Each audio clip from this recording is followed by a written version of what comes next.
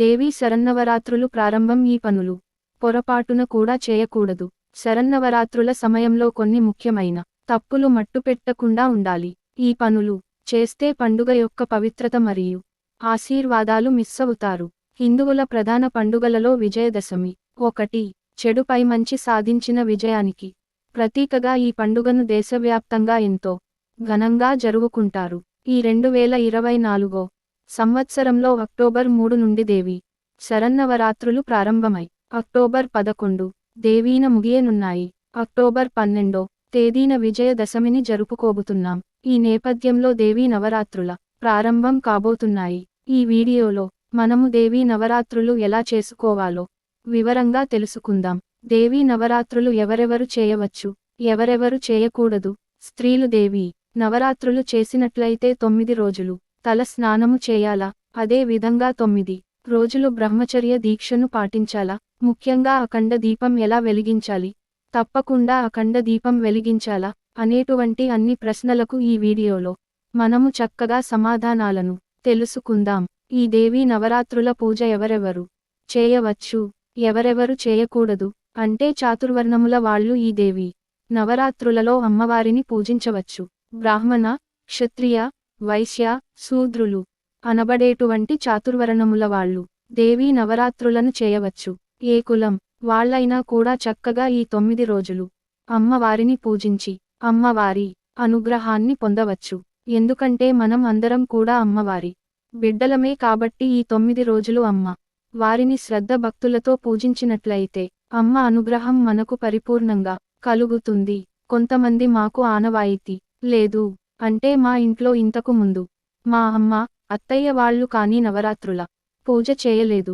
కానీ మాకు ఈ నవరాత్రులు అమ్మవారిని పూజించాలని కోరికగా ఉంది. మేము చేయవచ్చా అంటే నిరభ్యంతరంగా చేసుకోవచ్చు. మనం ఒకరికి మోసం చేయడం లేదు, తప్పు పనులు చేయడం లేదు, చేతబడి లాంటిది చేయడం లేదు.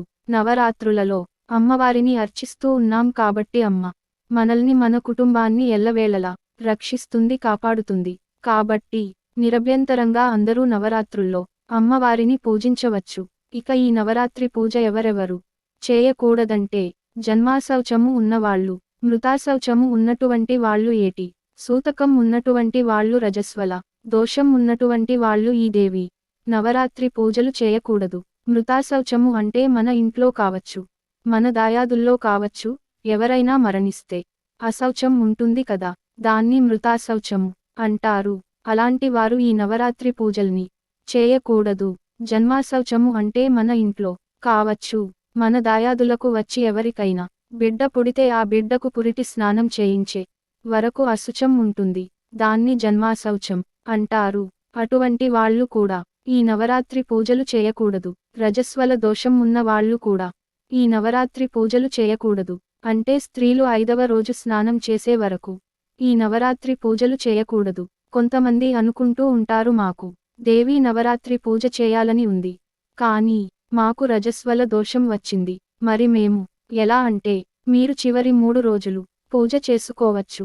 అంటే దుర్గాష్టమి, నవమి, విజయదశమి రోజు చక్కగా మీరు ఈ 3 రోజులు పూజ చేసుకోవచ్చు.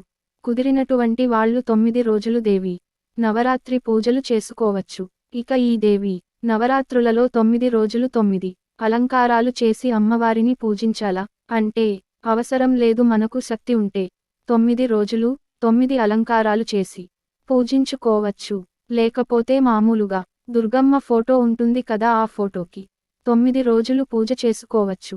దుర్గాదేవి యొక్క ఫోటో లేకపోతే చక్కగా కలశం పెట్టుకొని ఆ కలశానికి పూజ చేసుకోవచ్చు. కలశం ఆనవాయితీ లేకపోతే అమ్మవారి యొక్క విగ్రహం ఉంటే ఆ విగ్రహానికి పూజ చేసుకోవచ్చు. దుర్గాదేవి ఫోటో లేకపోతే లలితాదేవి ఫోటోకి అయినా మీరు చక్కగా ఈ 9 రోజులు పూజ చేయవచ్చు. తప్పకుండా కలశానికి పూజ చేయాలా అంటే మీకు ఆనవాయితీ ఉంటే చక్కగా కలశాన్ని పెట్టి పూజ చేసుకోవచ్చు. లేకపోతే మామూలుగా ఫోటోకి పూజ చేసుకోండి. దేవి నవరాత్రులలో అమ్మవారికి రోజులో ఎన్నిసార్లు పూజ చేయాలి అంటే మార్కండేయ పురాణంలో బ్రహ్మదేవుడు మార్కండేయ మహర్షికి ఈ విధంగా చెప్పాడు. దేవీ నవరాత్రులలో త్రికాల పూజ చేయాలి అంటే ఉదయము, మధ్యాహ్నము, సాయంత్రం కూడా అమ్మవారిని పూజించాలి అని చెప్పి ఉన్నాడు బ్రహ్మదేవుడు. కుదిరినటువంటి వాళ్ళు త్రికాల పూజ చేసుకోండి.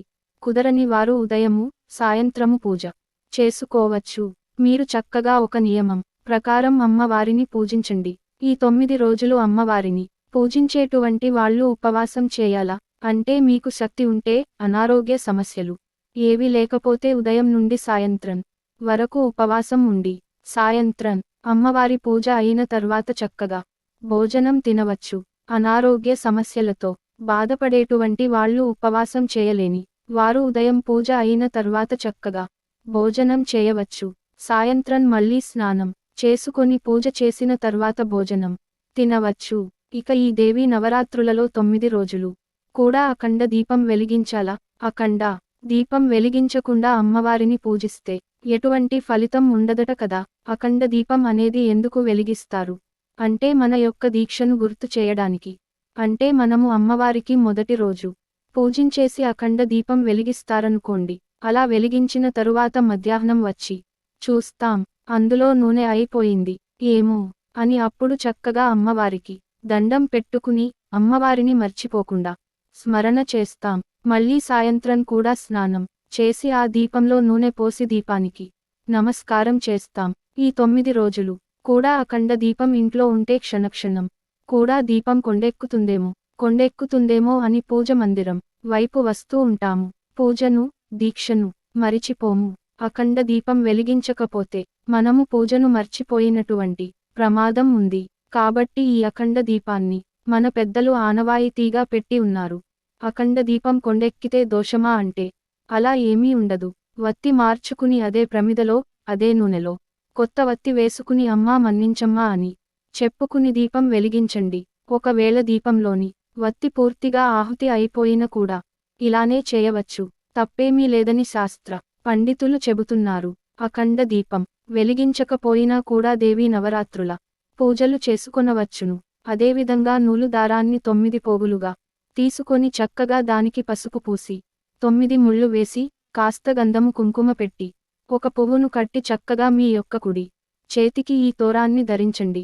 ఎందుకంటే ఆ తోరం చేతిలో ఉంటే తినరాని వస్తువుల్ని మనము తినకుండా ఉంటాము.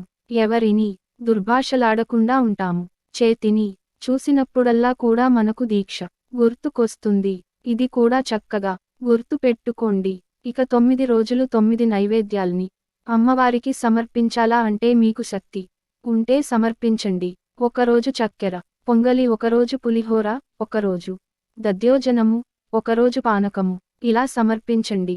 లేకపోతే ఒక చిన్న బెల్లం ముక్క పెట్టి ఏవైనా పండ్లు పెట్టి అమ్మవారికి నమస్కారం చేసుకొని, అమ్మ నాకు ఇంతే శక్తి ఉంది, దీన్నే స్వీకరించి నన్ను అనుగ్రహించు తల్లి అంటే తప్పకుండా అమ్మవారు స్వీకరిస్తారు. అమ్మకు కావాలసింది ఏమిటి అంటే మన మనస్సు నిర్మలంగా ఆమె మీద నిలపడం. మన భక్తి అంతే. ఎవరెవరి పరిస్థితి ఏమిటో అమ్మవారికి చక్కగా తెలుసు. మనమందరము అమ్మ పిల్లలమే కదా. ఈ దేవీ నవరాత్రుల్లో గొప్పగా చేయాలని చెప్పి మీరు విపరీతంగా డబ్బులు ఖర్చు పెట్టకండి. మీకు ఎంత శక్తి ఉంటే అంత శక్తితోనే అమ్మవారిని పూజించండి.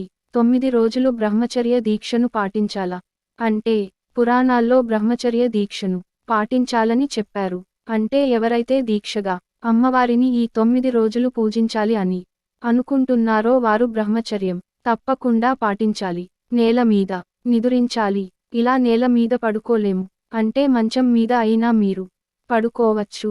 కొంతమంది మాకు సమస్యలు ఉన్నాయి, 9 రోజులు బ్రహ్మచర్య దీక్షను పాటించలేము, మరి ఎలా అంటే పాటించకపోయినా పర్వాలేదు, మామూలుగా అమ్మవారిని పూజ చేసుకోండి.